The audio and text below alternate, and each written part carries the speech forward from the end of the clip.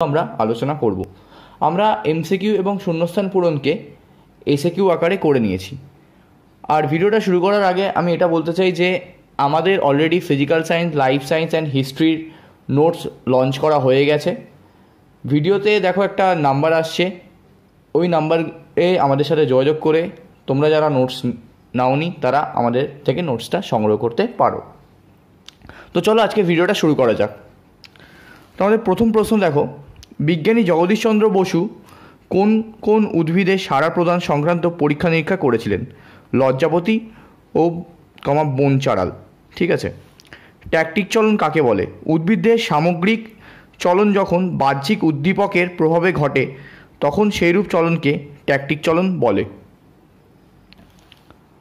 দেন তারপরে কোশ্চেন দেখো, গমনে সক্ষম একটি উদ্ভিদের নাম লেখো। ভলভক্স।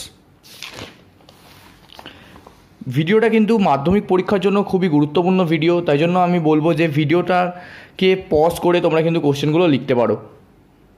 ক্লামাইডোমোনাস বা ভলভক্সের আলোর দিকে গমনকে কী চলন বলা হয়? ফটোট্যাকটিক চলন। তারপরে কোশ্চেন দেখো, ট্রপিক চলন কি? উদ্দীপকের গতিপথ দ্বারা নিয়ন্ত্রিত আবিষ্ট বক্র চলনকে ট্রপিক চলন বলে। দেন আলোর গতিপথের দিকে বিটপের সঞ্চালনকে কি বলে? ফটোট্রপিক চলন। দেন তারপরে দেখো, ডিম্বকের দিকে পরাগনালিকার অগ্রসর হওয়াকে কি বলা হয়? কেমোট্রপিজম। দেন তারপরে কোশ্চেন দেখো, লজ্জাবতীর পাতা স্পর্শ করলে তৎক্ষণাৎ মরে যায়, এই ঘটনাকে কি বলা হয়? এই কোশ্চেনটা কিন্তু পর্ষদ নমুনা প্রশ্ন, মানে এই প্রশ্নটা আসার কিন্তু চান্স আছে। সিসমোনাস্টিক চলন বলে। দেন তারপরের প্রশ্ন দেখো, অঙ্কুরিত বীজের ভ্রূণমূল ও ভ্রূণমুকুলে কী চলন বলা হয়? মানে বলতে চাইছি যে ভ্রূণমূল ও ভ্রূণমুকুলে যে চলন হয় সেটাকে কি বলে? সেটাকে বলে ট্রপিক চলন। ঠিক আছে।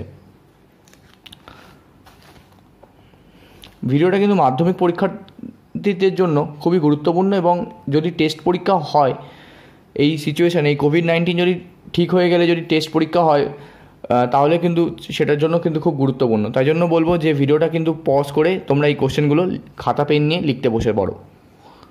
কাণ্ডের আলোকবর্তী বক্রচলন কোন হরমোন দ্বারা প্রভাবিত হয়? অক্সিন। সংবেদনশীলতা কি?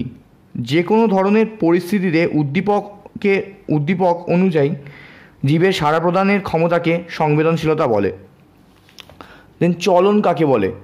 জীবদের স্বেচ্ছায় কেবলমাত্র অঙ্গ প্রত্যঙ্গ সঞ্চালনের মাধ্যমে সাড়া প্রদানের ঘটনাকে চলন বলে। ট্যাকটিক চলনের উদাহরণ দাও। ভলভক্স স্বল্প আলোর দিকে অগ্রসর হয় কিন্তু প্রখর আলোর থেকে দূরে সরে যায়, এটি একটি ট্যাকটিক চলনের উদাহরণ। দেন মূলের কোন অংশেও অভিকর্ষ বল প্রভাব বিস্তার করে? মূলত্র অঞ্চলে। সিম্বিগোত্রীয় উদ্ভিদের পত্রফলকে কী ধরনের চলন দেখা যায়? নিক্টিন্যাস্টি।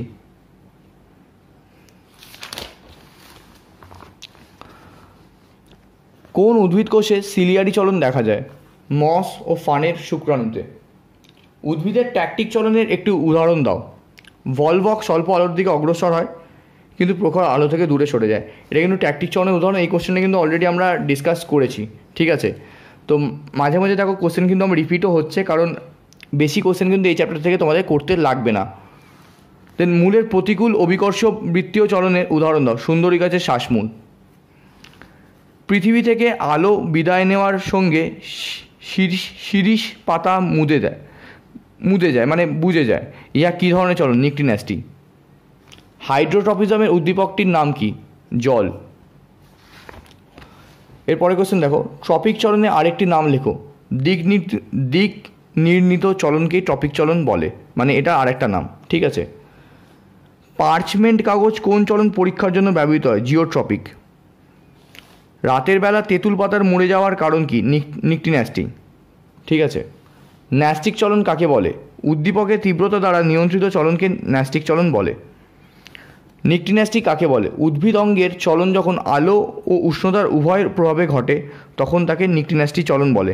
আমি নিক্টিন্যাস্টি চলনের কিন্তু উদাহরণ, এই যে রাতের বেলা তেঁতুল পাতার মরে যাওয়ার কারণ কি, তার মানে দেখো রাতের মানে দেখো আমরা ডেফিনেশনে কী বলছি না, বলছি যে উদ্ভিদ অঙ্গের চলন যখন আলো ও উষ্ণতার প্রভাবে, দেখো রাত্রেবেলায় মানে কি আলো থাকে না, ফলে কি নিকটিনেসটি চলন হয়। তো এটা কিন্তু একটু মানে তোমরা যদি উদাহরণটা যদি এর সাথে লিখে নিতে পারো তো খুব ভালো হয়, মানে উদাহরণ হিসাবে এটা কিন্তু লিখে নাও, ঠিক আছে? তাহলে তোমার নোটস আকারে কিন্তু এটা তৈরি হয়ে যাবে। দেন এর পরের কোশ্চেন দেখো, লজ্জাবতীর পত্রমূলের স্ফীত অংশটির নাম কি? পালভিনাস। তারপরে কোশ্চেন দেখো, এপিন্যাস্টি চলন কাকে বলে? কচু পাতার গোটানো অবস্থা থেকে ধীরে ধীরে বিস্তৃত হওয়াকে এপিন্যাস্টি চলন বলে।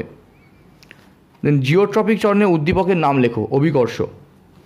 কেমোনাস্টি চলনের উদাহরণ দাও। সূর্য শিশির নামক পতঙ্গভুক উদ্ভিদের পাতার কোষিকাগুলি পতঙ্গদের সংস্পর্শে আসা মাত্র বেঁকে গিয়ে পতঙ্গকে চেপে ধরে।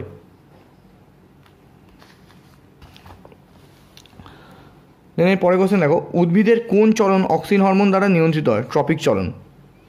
জগদীশচন্দ্র বসু ব্যবহৃত উদ্ভিদের চলন পরিমাপক যন্ত্রটির নাম কি? কেস্কোগ্রাফ। এটা কিন্তু খুব ইম্পর্টেন্ট কোশ্চেন। দেন দেখো, পদ্মফুল প্রস্ফুটনে যে প্রকার চলন দেখা যায় তার নাম কি? ফটোন্যাস্টি।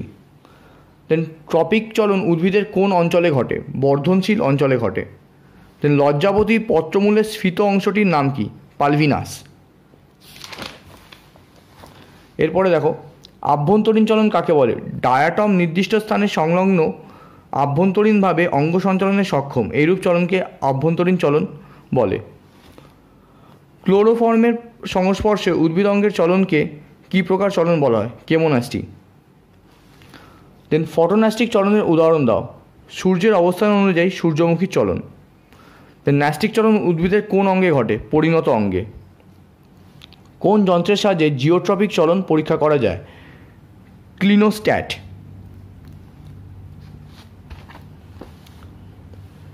দেন এরপরে আর লাস্ট দুটো কোশ্চেন দেখো, সংবেদনশীল উদ্ভিদের পালভিনি কোথায় অবস্থান করে? পত্রবৃন্তে। দেন থার্মোট্যাকটিক চলনের উদাহরণ দাও। পাতা শ্যাওলায় এই ধরনের চলন ঘটে। তো এই গেল 41টা প্রশ্ন। এই 41টা প্রশ্ন তোমাদের সাথে আমি আলোচনা করে নিলাম। তোমরা ভিডিওটা পজ করে লিখে নিতে পারো, ঠিক আছে? কারণ এই প্রশ্নগুলো মাধ্যমিক পরীক্ষার জন্য খুবই গুরুত্বপূর্ণ।